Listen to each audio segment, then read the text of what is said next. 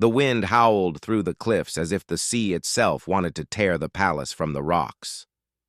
Leora moved quickly along the stone corridors, her soft slippers silent against the cold floor. The palace was alive with whispers, of power, of secrets, of fear, and she had long learned to move unseen, to blend into the shadows where no one would notice her. She had been a servant for as long as she could remember. Every noble glance reminded her of her place, beneath, ignored, dismissed. Even the other servants sometimes looked at her with envy, for she carried a quiet strength they did not understand. She did not speak much. She did not protest. And yet, in her chest, her heart thrummed with more courage than most would dare. On this storm-tossed evening, the palace was unusually tense. Courtiers whispered of strange happenings, shadows that moved on their own, cold drafts that chilled rooms no one had opened, and animals in the gardens behaving as if they could sense something dark stirring. Leora, carrying a tray of candles to the northern wing, felt a shiver run down her spine. Something was awakening in the palace, something older than any of them, and it did not care for rank or power. As she passed the grand ballroom, she paused. The tall windows rattled against the wind, and a faint, eerie glow seemed to flicker along the edges of the marble floor. Her fingers tightened on the tray. Something about the palace tonight was alive. "Leora!" a voice called sharply, and she jumped, nearly dropping the tray. It was Kalen, the Alpha King. His presence filled the corridor like a storm cloud. Dark hair fell across his forehead, and his eyes, sharp and calculating, followed her every movement. Nobles often spoke of him as cold, unyielding, a king who would bend the world to his will. But Leora had seen another side, rare glimpses of something human, something that could be touched if one dared. "Yes, Your Majesty," she said softly, lowering her gaze. Servants were not meant to look a king in the eyes. Kalen's gaze lingered. "Do you ever rest, Leora?" he asked, almost casually, though the question felt heavier than any command. She shook her head. "The palace does not sleep, sire. I only do what I must." A shadow of a smile flickered across his face, gone as quickly as it appeared. He turned and strode toward the balcony overlooking the cliffs. The wind whipped around him, tugging at his cloak, but he stood unshaken. Curiosity pulled Leora forward, and without thinking, she followed at a cautious distance. On the balcony, Kalen leaned over the stone railing, watching the storm-tossed sea. "Do you see it?" he asked, though his voice was almost drowned by the wind. "See what, Your Majesty?" "The darkness beneath the waves, the storm that threatens the coast. It is not just nature. Something is stirring in this palace, something old." He paused, his eyes locking on hers for a heartbeat longer than comfort allowed. "And you seem to sense it." Leora swallowed. She did sense it. The chill that ran along the walls, the hum of the ancient stones, the unease in her own heart. But to speak it aloud could be dangerous. "Still," she said, "I feel it, sire. Something watches. Something waits."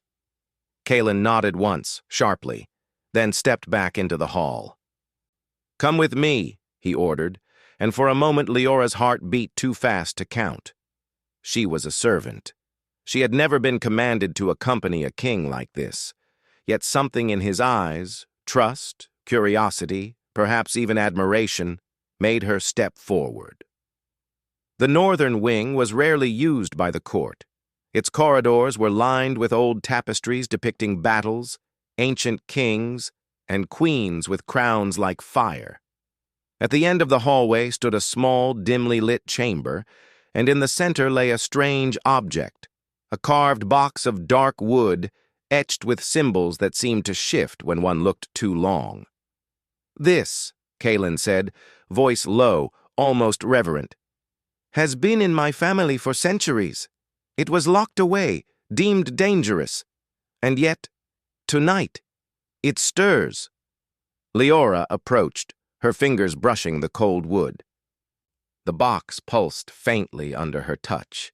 She gasped quietly, though she did not know why. There was warmth here, yes, but also a weight, a sense of history, of things better left undisturbed. Kalen watched her closely. "You are not afraid," he said, a statement rather than a question. Leora hesitated. She had been trained to fear the unknown, to obey without question, and yet here she felt a courage that startled her. "I do not know what I should feel, sire, only that it is not meant for harm. Not yet." He stepped closer, his presence overwhelming in the small chamber. "You touch it as if it trusts you," he said. "That is rare." Their eyes met, and for the first time Leora felt the strange and thrilling weight of being seen, not as a servant, not as invisible, but as someone significant. Her pulse raced. She wanted to look away, yet she could not. Something in Kalen's gaze seemed to pierce through every layer of her caution, every shadow of doubt. "Perhaps," he said slowly, "you are more than anyone in this palace has ever realized." Leora's lips parted, but no words came. She only felt the truth of it, heavy and bright, and a question lingered in her mind. Could someone like her, small, overlooked, ordinary, truly matter in a world ruled by kings, queens, and ancient power? Before she could respond, a sudden tremor shook the chamber. The box shuddered under her fingers. A low hum filled the air, vibrating through the stone walls, through her bones. Kalen moved instinctively, placing a protective hand near hers, though not touching, as if unsure whether her courage was a shield or a flame. "The curse," he whispered, almost to himself. "It is waking, and it chose you." "Me?" Leora's voice was barely audible. Her heart pounded. She was a servant. How could the palace's ancient curse notice her? Kalen's gaze was steady, unwavering. "You have strength that no one else sees, and now the palace will test you. If you fail—" He did not finish, and Leora did not need him to. She understood perfectly. Failure here would mean more than disgrace. It could mean death, or worse, a shadow that would haunt her forever. The wind howled again, louder as if echoing the threat. Leora felt the hair on her arms rise, and yet she did not retreat. She could not. She was bound to this place now, to this moment, and to the king who had, with a single word, seen her worth. Kalen turned, his cloak swirling around him. "You must learn. You must endure. And you must remain at my side." Leora's chest tightened.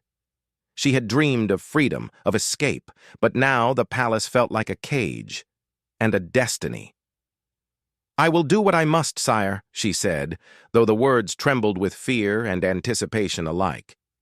He studied her for a long moment, as if weighing the weight of his choice. Finally, he said, "Then we begin." As the storm raged outside, the palace seemed to hold its breath. The shadows deepened, and the ancient magic pulsed in response to Leora's presence. The other nobles would call her nothing more than a servant, a shadow among shadows. Yet Kalen had seen her, truly seen her, and that small recognition would ignite a fire neither the palace nor the curse could ignore. The candlelight flickered, casting long, wavering shadows across the stone walls. Leora felt them stretch, twist, and gather around her as if the palace itself was alive, watching, waiting. And in that moment she understood. Her life, once unnoticed, had become central to the fate of the kingdom, and perhaps to the heart of a king. And then, without warning, the box trembled violently, a pulse of dark energy leaping into the air. Leora stumbled back, her breath caught in her throat. Kalen's hand shot out instinctively, his eyes wide and uncharacteristically vulnerable. "It chooses," he whispered, almost to himself. "And it will not let go." Leora's fingers hovered over the box once more. Her pulse raced. The storm outside roared as if answering the call of the ancient curse. She had stepped into a world she could never leave, and the first choice she would make could decide not only her fate, but the fate of the Alpha King himself. She swallowed, straightened her shoulders, and whispered, "Then I will face it." Kalen's eyes softened, a rare flicker of something warm in their stormy depths. "So be it," he said. And as the winds howled and shadows danced, Leora understood the truth. The palace no longer saw her as a mere servant. She had been chosen, and everything she thought she knew about power, love, and courage was about to be rewritten. Cliffhanger. The box cracked open with a sudden flash of light, and Leora felt a pulse of energy surge through her. She looked at Kalen, and their eyes locked in silent understanding. The curse had awakened, and there would be no turning back. The morning after the storm, the palace was still heavy with silence. The halls, though brightened by sunlight, seemed more like shadows stretched thin across marble floors. Leora moved carefully through the corridors, her hands still trembling from the events of the previous night. The cursed box had stirred something ancient, something that whispered in the corners of her mind. And Kalen, king of the cliffs, ruler of the tides, alpha of all who dwelt in this palace, had not looked at her the same way again. It was not fear she saw in his eyes, nor anger. It was curiosity, wrapped in caution, and perhaps something deeper, something unspoken that made her chest tighten whenever he was near. Leora carried the weight of that gaze silently, as she carried every tray, every candle, every task assigned to her as a servant. Yet now, with the curse awake, her role had changed, whether she wanted it or not. Kalen summoned her to the library, a room few servants ever entered. The scent of aged parchment and candle wax filled the air. Scrolls and tomes lined towering shelves, their gold-leafed spines gleaming. In the center of the room, the cursed box now rested on a velvet cushion, its surface calm, almost innocent, as if mocking the chaos it had caused.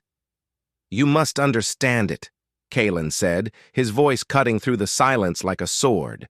"This curse is old, older than any living soul in this palace, and it awakens because of blood and heart." Leora hesitated. "Heart?" He nodded, though he did not explain further. "It tests strength, courage, and loyalty. It will not spare weakness nor deception, and now it tests you." Her stomach twisted. "Me?" Kalen stepped closer, and the warmth of his presence felt like sunlight breaking through a cold morning. "Yes," he said softly. "You touched it last night, and it responded. That is no small thing. Few are chosen. Fewer still survive its tests." Leora swallowed, uncertain whether to feel pride or fear. She was a servant, invisible in the eyes of the court, unnoticed except when needed. And now the fate of the palace, perhaps even the kingdom, rested in part on her courage.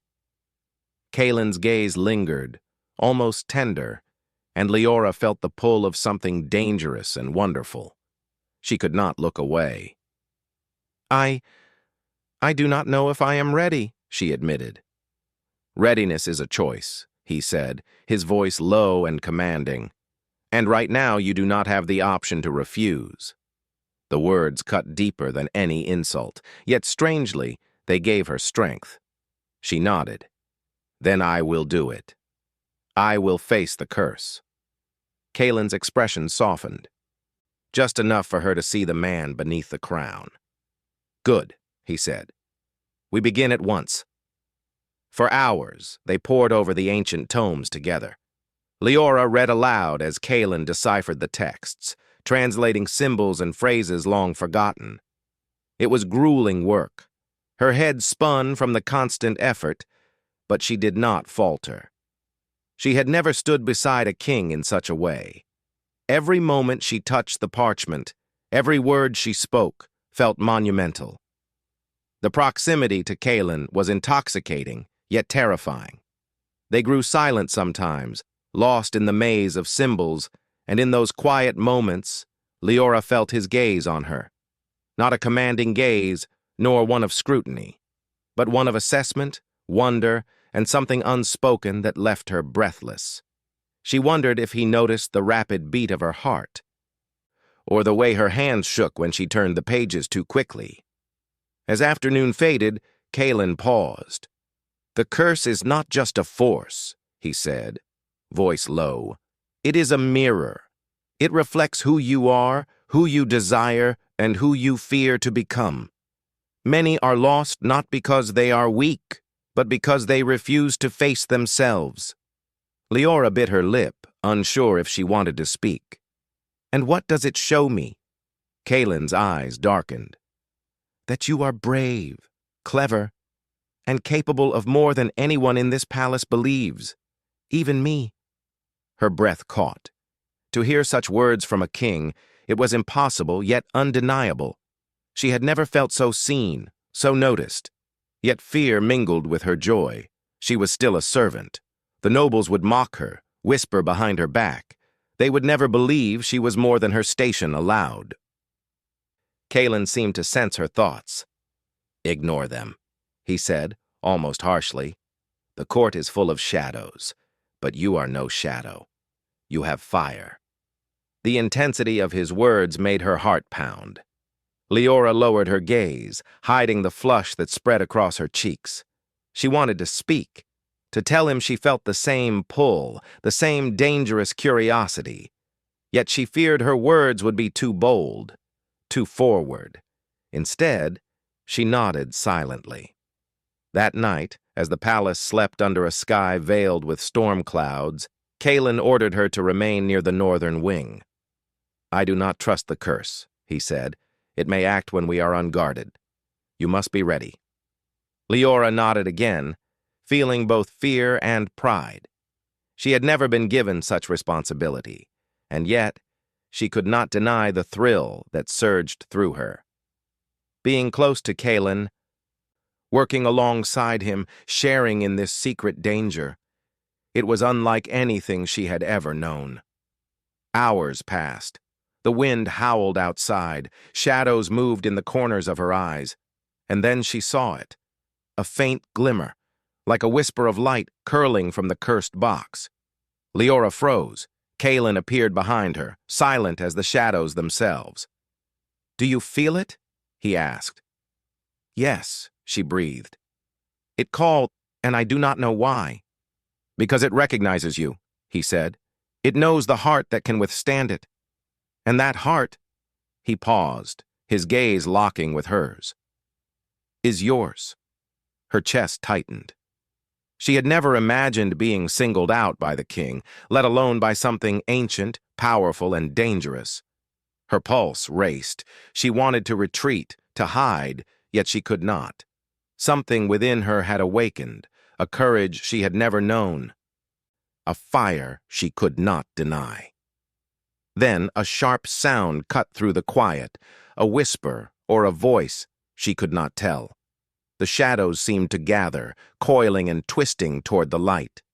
Leora stepped back instinctively, but Kaelin reached out, his hand hovering just above hers, steadying, protective. "Do not fear it," he said. "Face it. Control it." She nodded, taking a deep breath. "I will try." Together they approached the cursed box. Leora placed her hands over the carved wood. Energy surged through her, not painful, but intense, testing her focus, her resolve. She felt the pulse of the curse, ancient and aware, probing her mind, her heart. She shivered, but did not pull away. Kaelin's presence beside her was grounding, steadying, as if his strength alone could help her endure. And slowly, the pulse began to respond, softer now. Almost hesitant, almost curious. Leora felt a strange connection forming, a thread between herself, the curse, and the king who stood beside her. Hours passed, and the box finally calmed. Leora slumped back, exhausted, but triumphant. She had survived its first test. She had faced fear and uncertainty and had not faltered. Kalen looked at her, and for a moment he said nothing. Then he spoke, his voice low and almost unguarded. "You are stronger than I imagined. Stronger than anyone in this palace has ever been." Leora's lips parted, but no words came. She only felt the heat in her cheeks, the pounding of her heart, the strange, exhilarating awareness that she had captured the king's attention, not as a servant, not as a shadow, but as someone remarkable. The palace, silent outside their chamber, seemed to exhale. The storm had passed for now, but the shadows remained, lingering in the corners, waiting for the next test. Kalen studied her, his expression unreadable. Then he turned abruptly. "Rest. You will need your strength. Tomorrow, the curse will test you again." Leora watched him leave, the door closing behind him with a resonant click. She felt a mixture of exhaustion, fear, and something else, something like longing or anticipation. She did not know what tomorrow would bring, but she knew one thing. She could not turn back now. She had stepped into a world of shadows, power, and ancient forces. And standing beside her, always just beyond the boundary of fear and desire, was the Alpha King, whose eyes no longer saw her as invisible. Cliffhanger. As Leora lay in the servants' quarters, her mind raced. Somewhere in the palace, the shadows moved. The cursed box pulsed faintly, as if alive, and Kalen, her king, her guide, her unexpected companion, had whispered a word she could not forget. Wife. The palace seemed to hum with the promise of trials, danger, and something she could not yet name. The palace was alive with whispers, though its halls appeared calm. Nobles moved like shadows, their eyes sharp with suspicion, their tongues sharper. They had noticed a change, the king's attention lingering on the servant girl, Leora, longer than propriety allowed. The air buzzed with judgment, envy, and fear. But in the quiet corners where power's shadow fell deepest, no one dared speak aloud the truth. Leora had become indispensable. She moved through the corridors with her usual grace, though now every glance from a noble reminded her of her precarious position. Servant or not, she was close to the king, close to the pulse of the palace, close to the secret that could destroy them all. Yet with each passing day, her confidence grew. She had faced the first tests of the curse, survived its trials, and had begun to understand the strange, unspoken bond forming between herself and Kalen.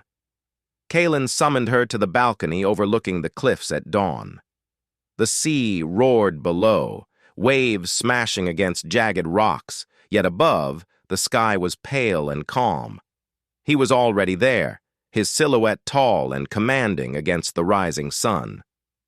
"You have grown," he said without preamble, his eyes studying her. "And yet there is more to face. The curse is patient. It watches, it knows fear, and it feeds on it." Leora nodded, her fingers brushing against the railing. "I am ready, sire. Whatever comes, I will not falter." Kalen's gaze softened. "Do you know why I keep you close?" She blinked. "Because the curse needs me?" He shook his head slowly. "Because even I need to see you, to know you. You are not just a servant to me anymore, Leora. You are indispensable in every way." Her heart stuttered. Indispensable. Not a servant, not a shadow. She wanted to speak, to tell him that she felt the same, but the words caught in her throat. Instead, she nodded, feeling the warmth of acknowledgement spread through her chest. The day's work began in the library, surrounded by towering shelves filled with ancient scrolls. Kalen and Leora pored over texts, deciphering the origins of the curse and the symbols that bound it. It was meticulous, exhausting work. The curse had become stronger, more aware, and the palace itself seemed to respond. Shadows flickered where no candle reached, and the wind whispered through the halls as if warning them. While they worked, Kalen would occasionally glance at Leora, his expression unreadable. But there was a quiet intensity in his eyes that made her pulse race. She tried to ignore it, to focus on the task. But it was impossible. The tension between them was palpable, a thread that tightened with every shared glance, every small touch as their hands passed over a scroll. Hours later, the first test of the day arrived, not from the curse, but from the court itself. A group of nobles, led by the queen's cousin, approached the library unannounced. Their expressions were sharp, their whispers louder than necessary. "King Kalen," one said, bowing with exaggerated civility, "surely you do not mean to rely on a mere servant. Such matters are delicate. They require judgment, experience." Kalen's eyes narrowed, and Leora could feel his tension ripple through the room. He stepped slightly in front of her, a subtle barrier that spoke volumes. "She has faced the curse where many of you would falter. Her judgment is clear, her courage unmatched." The nobles exchanged startled glances. A servant? Courage unmatched? Leora's cheeks burned, but she held her head high. Kalen's words were more powerful than any command. One noble stepped forward, sneering. "Courage does not make one wise. You risk the kingdom's safety." Kalen's voice rang out, sharp and commanding. "Enough! You will see her value before the day ends." The nobles had no choice but to retreat, murmuring indignantly. Leora exhaled silently, relief mingled with fear. The king had defended her openly, and the court had noticed. Rumors would spread, and some would resent her even more, but she also felt a small spark of pride. For the first time, she was not invisible. Later, Kalen and Leora returned to the cursed box. It lay on its velvet cushion, dark and quiet, yet humming faintly as if aware of their attention. Leora approached cautiously, her hands trembling. "You must face it directly," Kalen said. "The next trial will not test skill or knowledge. It will test your heart, your will, and it will force you to confront your deepest fear." Her stomach twisted. Fear was a familiar companion, but to confront it in the presence of the king, someone who could see every hesitation, every doubt, made her vulnerability feel exposed. Yet she did not step back. Instead, she took a deep breath and placed her hands on the box. Energy surged instantly. Shadows swirled around her, curling like living things, probing her mind. Leora felt her own fears reflected back at her. The whispers of nobles, the judgments, her life as a servant. But there was another presence, steady, protective, grounding. Kalen stood beside her, silent yet unwavering, a pillar against the storm. "You are not alone," he said quietly. "Trust yourself. Trust me." Leora nodded, centering herself. The shadows shifted, hesitated, then recoiled. She drew on her courage, her determination, and something deeper, a sense of worth she had never fully embraced. The pulse of the curse softened, then stilled, as if acknowledging her strength. When the energy finally faded, she slumped slightly, exhausted, but victorious. Kalen placed a hand near hers, not touching, just close enough to offer support. "You are remarkable," he said, voice low. "Stronger than I knew a human could be." The words made her chest ache. She had never heard such praise before, not even from a noble, and certainly never from the king himself. And yet, there was more in his eyes, something unspoken, a thread of connection that made her pulse race. As night fell, the palace grew quiet once more. Leora returned to her quarters, her mind racing. The curse was not gone. It would test her again, and perhaps more severely. But she had survived. She had faced fear, judgment, and the unknown, and she had not faltered. A soft knock at the door startled her. She opened it to find Kaelin standing in the hallway, cloak damp from the evening mist.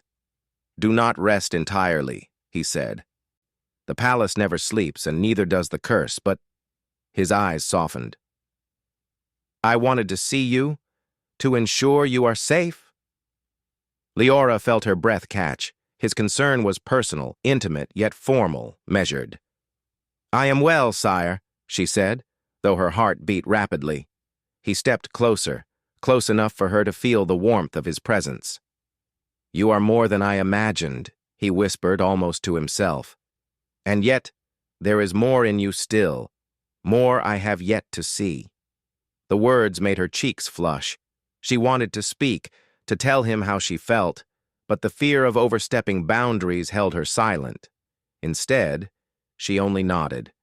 Kaelin studied her for a long moment, then nodded once, sharply, and stepped back. "Rest.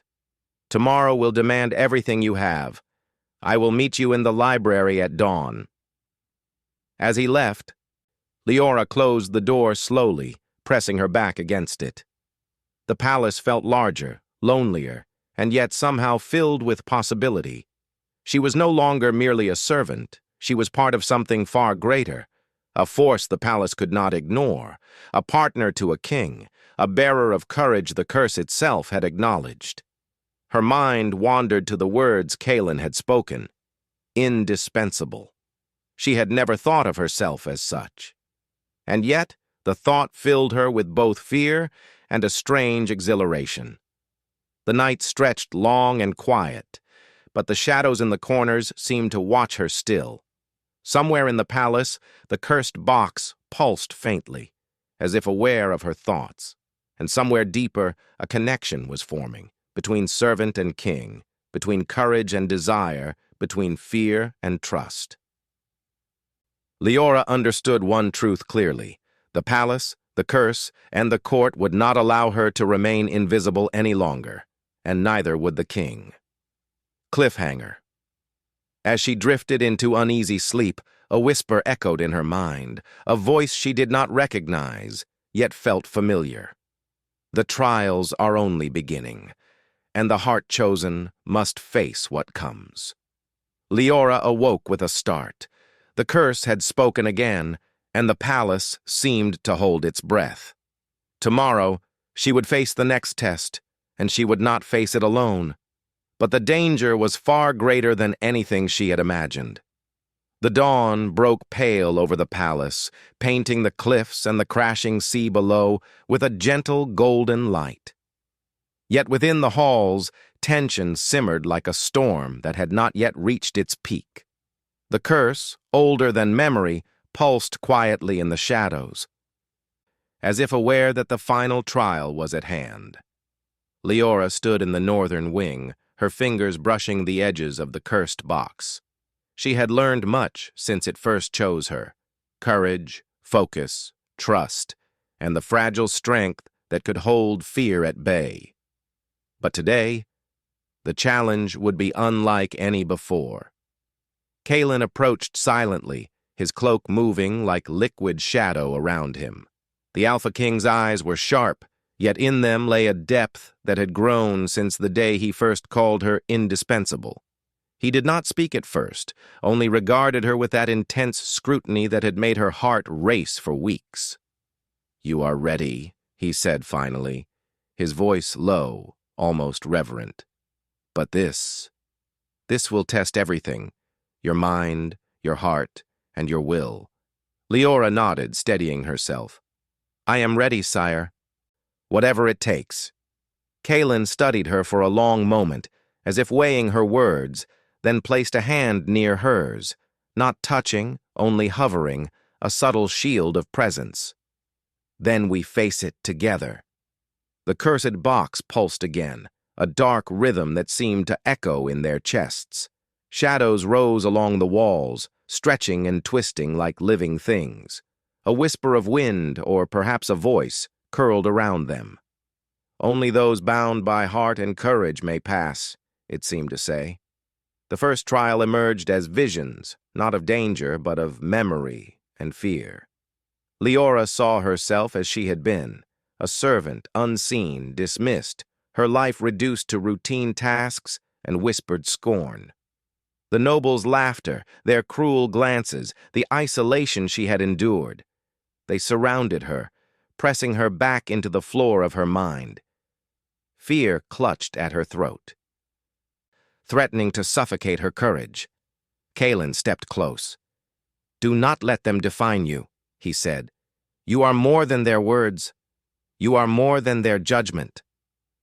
Leora drew a deep breath, recalling the moments she had survived the curse's tests, the moments she had stood firm beside him, the moments she had chosen courage over fear. Slowly, the shadows wavered, recognizing her resolve. Then a second challenge arose, a vision of Kalen himself. He appeared not as the king she knew, but as a figure of unapproachable power, distant and cold, a man who could bend the world yet kept his heart locked away. The vision pressed upon her mind, asking, could she love him, not the king, but the man beneath the armor of rule? Could she trust him completely, even when all the world whispered that she was unworthy? Her chest tightened. The question cut deeper than any fear before. She had felt the pull toward him, had longed for his regard, yet the weight of palace judgment and her own doubts had held her back. But now, in this trial, there was no hiding. She met the vision's gaze, silent and steady, and said in her mind, "I do. I trust him. I choose him." The shadows recoiled, twisting and folding, unable to break her resolve. A faint light began to shimmer from the cursed box, gentle but insistent, as if acknowledging her courage. Kalen's voice broke through the vision. "You are stronger than you know. Stronger than the curse imagined." His eyes, dark and unreadable before, now glimmered with something tender. "And you have my trust, Leora, my heart, my respect." The connection between them, fragile yet undeniable, surged through the room. The final trial was not a test of skill or knowledge. It was a test of unity, of hearts bound in courage and loyalty. Leora reached out instinctively, her fingers brushing against Kalen's hand. The touch, though brief, anchored her. Shadows recoiled further, sensing the bond they could not sever. Suddenly, the palace itself seemed to groan, the walls shivering as the curse made its final demand. A dark mist swirled around the chamber, thick and suffocating, testing their courage as one. Leora felt a surge of panic, but Kalen's presence was steady, a constant light in the darkness. "We face it together," he whispered. "Do not falter." Together they advanced toward the center, hands hovering near the box. Leora's pulse raced, yet she drew strength from the trust they had built. The quiet moments, the shared trials, the vulnerability they had offered one another. The shadows hissed and writhed, but they could not break the bond. The final surge of energy hit them, and the box cracked open with a burst of light. Shadows screamed and shattered, retreating into the corners. The palace fell silent. The curse had been faced, and it bowed to the courage, heart, and unity of those who stood before it. Leora slumped back, exhausted, yet exhilarated. Kalen stepped closer, finally letting his hand brush against hers fully. The warmth was grounding, solid, and electric all at once. He regarded her with a mixture of awe and tenderness. "You have done what none could," he said. "You have conquered the curse. You have proven yourself remarkable." Her cheeks flushed. I could not have done it without you, sire. Without your guidance." He shook his head, a rare, gentle smile tugging at his lips. "No, you faced it. You chose courage when fear would have been easier, and you trusted not just the world but me. That is your strength, Leora, and it is why you are more than anyone believed." For the first time, the court, the palace, and even the storm that had raged for centuries seemed to exhale. Leora, once a servant unseen and unheard, now stood as someone who had faced darkness and emerged not just alive, but stronger. And Kaelin. He had called her indispensable, remarkable, and in his own way, equal. Even as relief and triumph filled the chamber, the connection between them deepened. Words were unnecessary. Their hands, their eyes, the quiet understanding of shared trials spoke volumes. Later, Kaelin led her to the balcony overlooking the cliffs. The storm had passed completely, leaving a sky painted in soft pastels and the sea glinting under the first full light of day. The world seemed quiet, peaceful, yet alive with possibility. "You have changed everything," Kaelin said softly, not as king, but as the man who had watched her rise from shadow to light. "You have changed me, and perhaps you have changed the palace as well." Leora's heart tightened. The weight of his words, the intimacy of the moment was almost too much to bear. "I never imagined any of this could happen," she admitted. He stepped closer, his eyes locking on hers. "Nor did I. And yet here we are. You are no longer a servant, Leora. You are part of something greater. You are part of me." Her chest ached. The truth in his words, the promise, the bond they had forged through fear, trust, and shared trials, it all crystallized into a single, undeniable reality. She was no longer invisible. She was seen, she was valued, and she belonged, beside him, in this palace, in this life. The sun rose fully, spilling light across the cliffs, the sea, and the palace. Leora and Kaelin stood side by side, hands almost touching, hearts bound in a silent vow that needed no words. The court might still whisper, the nobles might still judge, and the shadows of the past might still linger. But for this moment, for this victory, the kingdom could see something impossible made real. A servant once dismissed, now a hero, and a king who had learned that strength and courage could be found in the most unexpected hearts. As they gazed over the cliffs, the wind whispered through the palace, carrying the remnants of the curse far away. Leora turned to Kaelin, eyes wide with awe and hope. "What now?" "Sire." Kaelin's hand found hers, closing around it firmly, confidently. "Now! We face the world together. Whatever comes, we face it as one. You are my equal, my partner, and, yes, my wife, in all but name if you will accept it." Her breath caught. She had imagined, dreamed, feared, and hoped for this, yet hearing it spoken aloud, with the weight of truth and promise behind it, made her knees weak. I will," she said finally, voice steady with newfound certainty. "I will face it all, with you." A breeze carried their words into the dawn. The palace, the cliffs, and the endless sea seemed to hold their breath in reverence. The curse had been broken, the shadows vanquished, and in its place had grown something stronger than fear, stronger than doubt, trust, courage, and love. And as the sun climbed higher, spilling golden light across the palace walls, Kaelin and Leora stood together, no longer king and servant, but partners in heart and soul. The world might still doubt, the shadows might still linger, but they had faced the darkness and emerged not just alive but unbreakable.